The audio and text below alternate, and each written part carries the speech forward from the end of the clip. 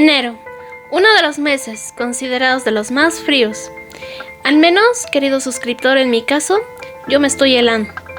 Pero imagínate qué harías si te quedaras varado en medio de la nada y peor aún, en un desolado paisaje donde a pesar de su blanca belleza nevada, tuvieras que pasar ahí 72 días soportando fríos helados, malherido y con la pena de haber visto morir a amigos y conocidos, con los que abordaste un vuelo que para nada tenía que ver con llegar a un destino, más parecido a las profundidades infernales y heladas que describió Dante Alighieri.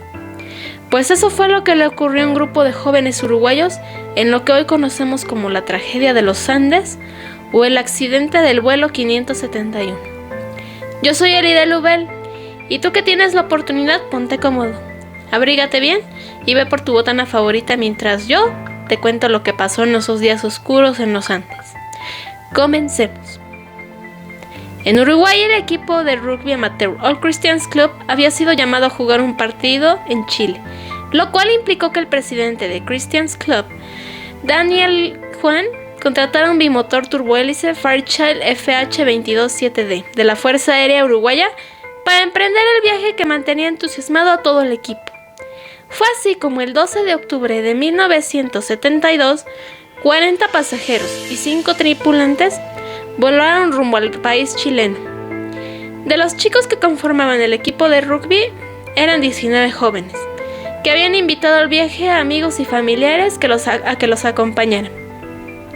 Particularmente en este caso, es escalofriante cómo las posibilidades pueden variar el destino de una persona de un extremo a otro. Uno de los jugadores del equipo, Gilberto Regules, perdió el vuelo, mientras que una pasajera improvisada de último momento, Graciela Mariani, compró uno de los boletos para asistir a la boda de su hija. Cabe señalar que su plan original consistía en viajar un día después en un vuelo comercial, pero viajó un día antes para ahorrar tiempo, lo que terminó por hacer que nunca llegara a su destino. En este primer día, por causa de malas condiciones climáticas, el avión tuvo que hacer una primera parada en Mendoza, Argentina. Al día siguiente, 13 de octubre, día de la catástrofe, aunque el clima seguía sin mejorar, se retomó el vuelo, tomando como trayecto la cordillera de los Andes.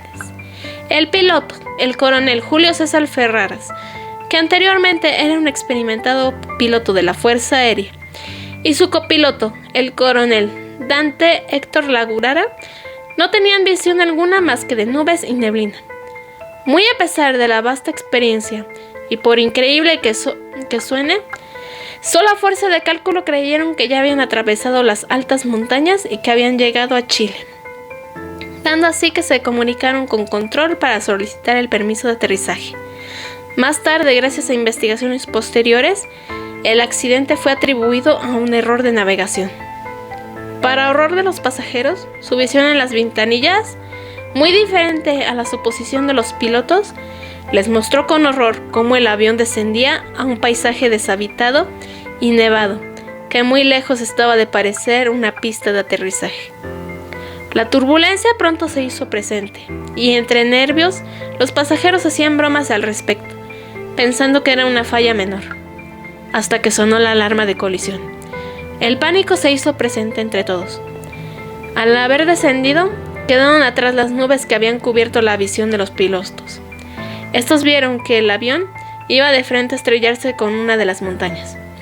En un intento por tomar altitud, el piloto logró sobrevolar la cresta, pero teniendo un primer impacto, el avión se partió en dos, provocando que la parte trasera del avión se llevara consigo entre los ya escombros parte del equipaje y las primeras víctimas del vuelo.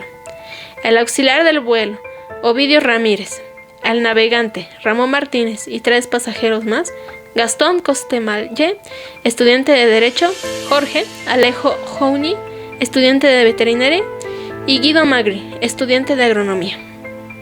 Con esta parte del avión abierta por el desprendimiento, otros 2 pasajeros, Daniel Shaw y Carlos Valeta, cayeron fuera de lo que iba quedando del avión que apenas terminaba por aterrizar. Los que perecieron en el impacto final, entre ellos estaban los pilotos al haberse aplastado a la cabina, dejándolos comprimidos entre sus asientos. La fuerza del golpe ocasionó que el piloto tuviera un final horrendo al desprendérsele la... lo digo de forma implícita para que YouTube no me cancele el video.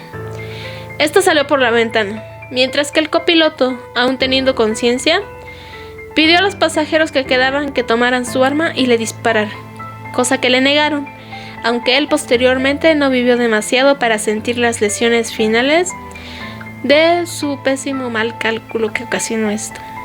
Fue un accidente muy aparatoso.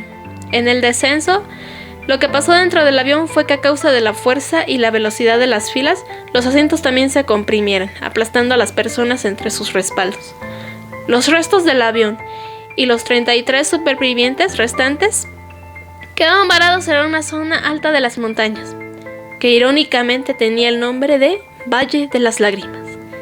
De los que no lograron soportar el impacto final se encontraron el Dr. Francisco Nicola, médico del equipo de rugby, y su esposa Esther Hort, Eugenia Dolgay de Parrado, madre de Fernando Parrado, y Fernando Vázquez, estudiante de medicina.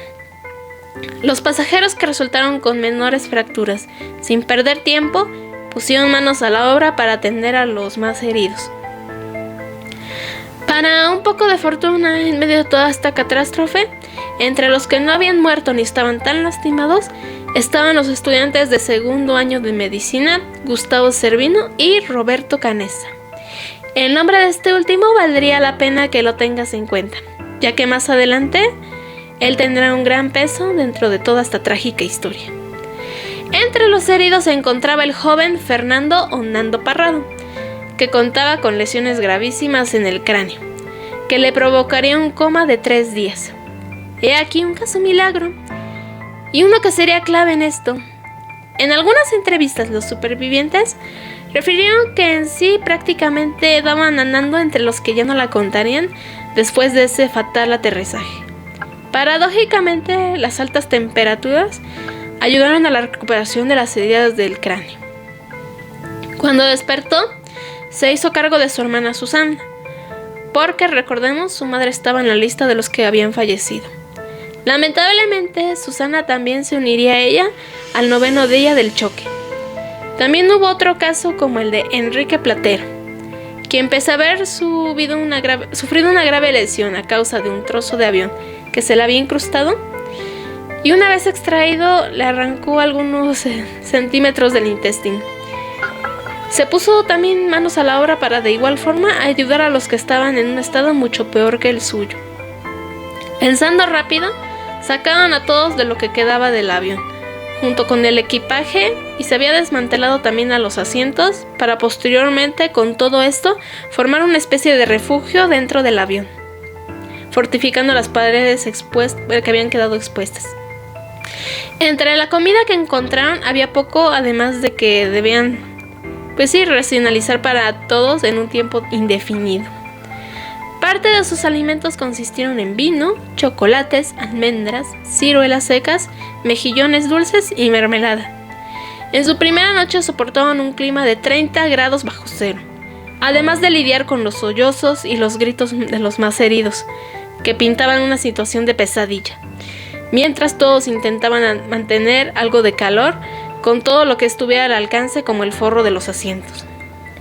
En este punto serían 5 víctimas más. Julio Martínez, Graciela Mariani, la pasajera de la que te hablé, iba para la boda de su hija, Francisco Abad, Felipe Maquiriani, el copiloto Lagurara. Del otro lado de esta historia, al ver que el vuelo 571 jamás había llegado, se le notificó como extraviado. Las autoridades supusieron que el avión había quedado en algún lugar de los Andes. Incluso habían sobrevolado arriba de ellos, pero no les fue posible distinguir de lo que quedaba del vuelo 501 a causa de la nieve.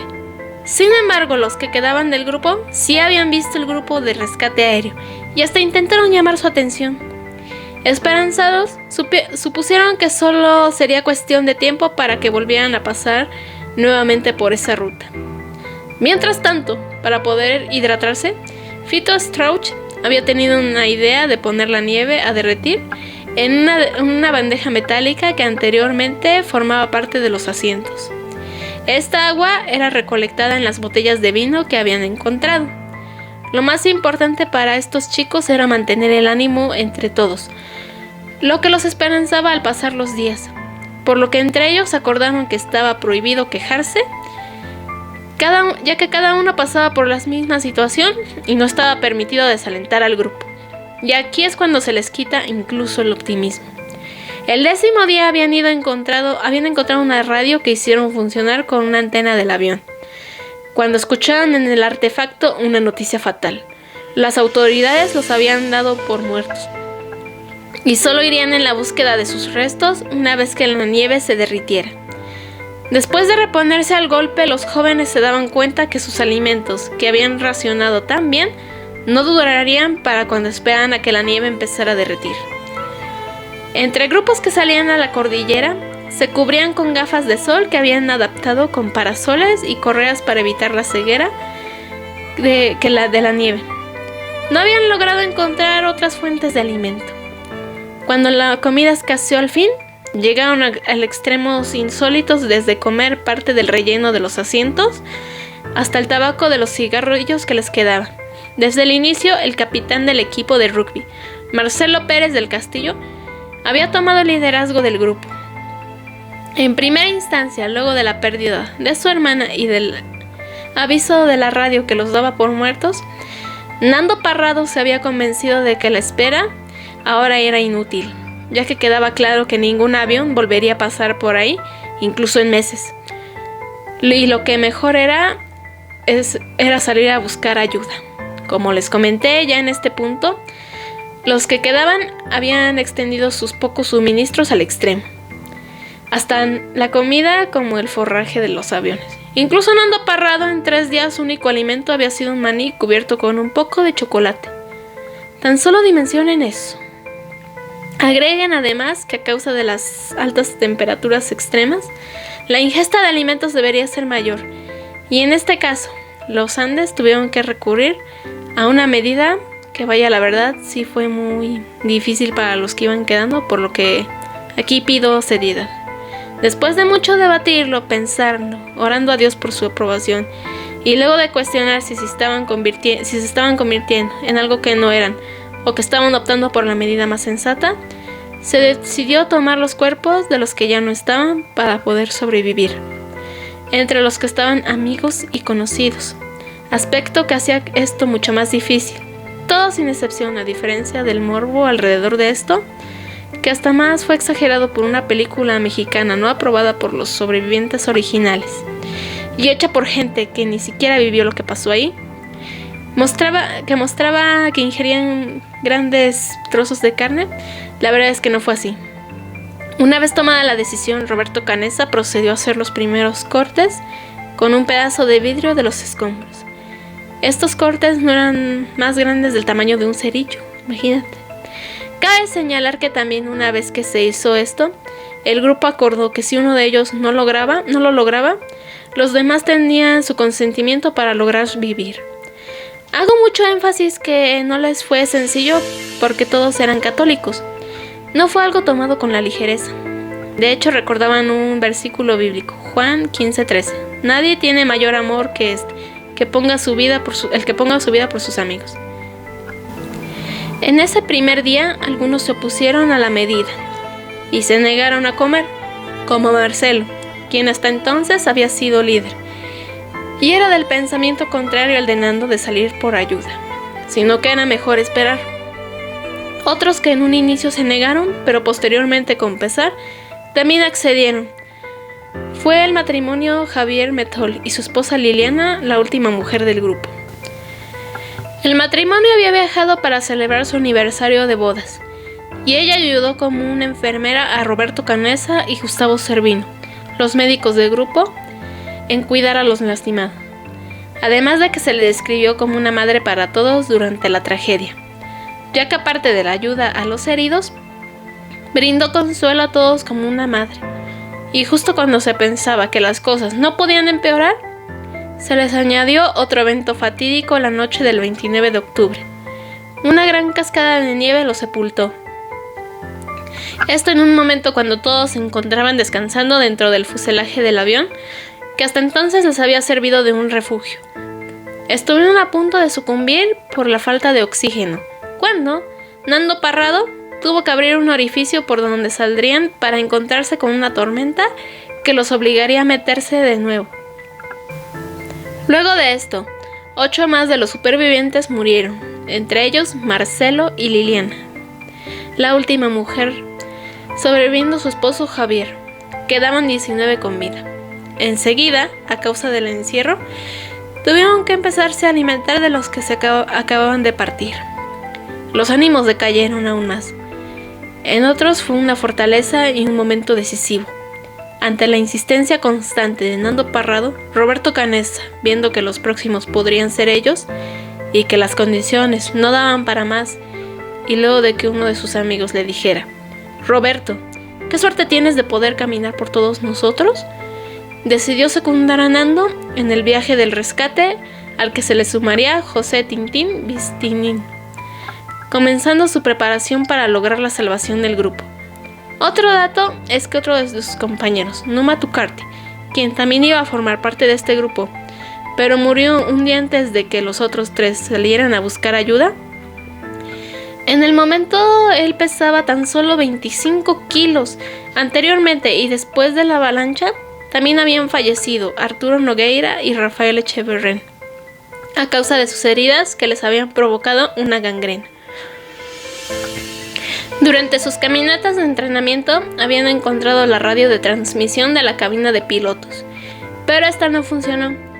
El gran inconveniente que tenían para partir y no quedarse en el trayecto eran las frías noches que terminarían acabando con ellos si no encontraban algo con que cubrirse lo suficiente por las noches. Por fortuna, en la parte trasera del avión encontraron unos bloques de aislante térmico. Este les sirvió para hacerse de unos sacos de dormir, mismos que fueron confeccionados por Carlos Páez, que sabía coser y contaba con el pequeño kit de costura de su madre. Antes de partir, los cuerpos que se habían mantenido intactos a petición y consideración de su compañero Nando eran los de su mamá y su hermana. Fue así que el 12 de diciembre los 3 emprendieron el viaje. Subieron la empinada montaña pensando que tras ella estarían los valles verdes de Chile para encontrarse lo que seguían siendo más picos montañosos. 3 días después, Vicentín regresó con el grupo que aguardaba para cederle las raciones que le correspondían durante el trayecto a Nando y Roberto. Después de varios días llegaron a un río, lugar mucho más cálido a diferencia del lugar donde venían, y al fin, el 20 de diciembre se encontraron con un hombre que montaba un caballo, a quien a causa del ruido del río no pudo escucharlos, pero prometió volver al día siguiente, en el cual les lanzó una piedra con un papel para poder comunicarse. En este papel ellos escribieron: «Vengo de un avión que se estrelló en las montañas. Soy uruguayo, llevamos caminando unos 10 días. Otras 14 personas permanecen en el avión. También están heridos, no tienen nada que comer y no pueden salir. No podemos seguir caminando. Por favor, vengan a buscarnos». El hombre arriero, de nombre Sergio Catalán, les arrojó el pan que llevaba, mientras que cabalgaba por auxilio. Canessa y Parrado fueron llevados al caballo hasta los Maitenes. Cuando los helicópteros de rescate llegaron, junto con una lluvia de reporteros, Nando Parrado acompañó a la Fuerza Aérea de Chile para llegar donde sus demás compañeros. Estos habían escuchado sus nombres en la radio y esperaban el rescate ya con mucho júbilo y la alegría que los había dejado desde el día del incidente. Solo pudieron llevarse a la mitad. La otra permaneció en el lugar donde habían sobrevivido acompañados de 4 rescatistas. Volvieron por ellos a la mañana siguiente. Los 16 sobrevivientes fueron llevados al hospital para atender rápidamente sus heridas y todos mostraban una gran desnutrición. Los 72 días de martirio en los Andes habían terminado, y la prensa llamó el suceso como el milagro de los Andes. Y los mismos medios pronto comenzarían a irse encima de los que lograron sobrevivir y salir con vida de esa catástrofe. Llegaron a acusarlos de haber terminado por mano propia con la vida de otros para poder sobrevivir, orillándolos a relatar lo que les ocurrió en los Andes y el pacto que habían hecho entre todos para lograr que algunos vivieran. Esto hizo que los familiares de los fallecidos comprendieran la situación y no los juzgaran.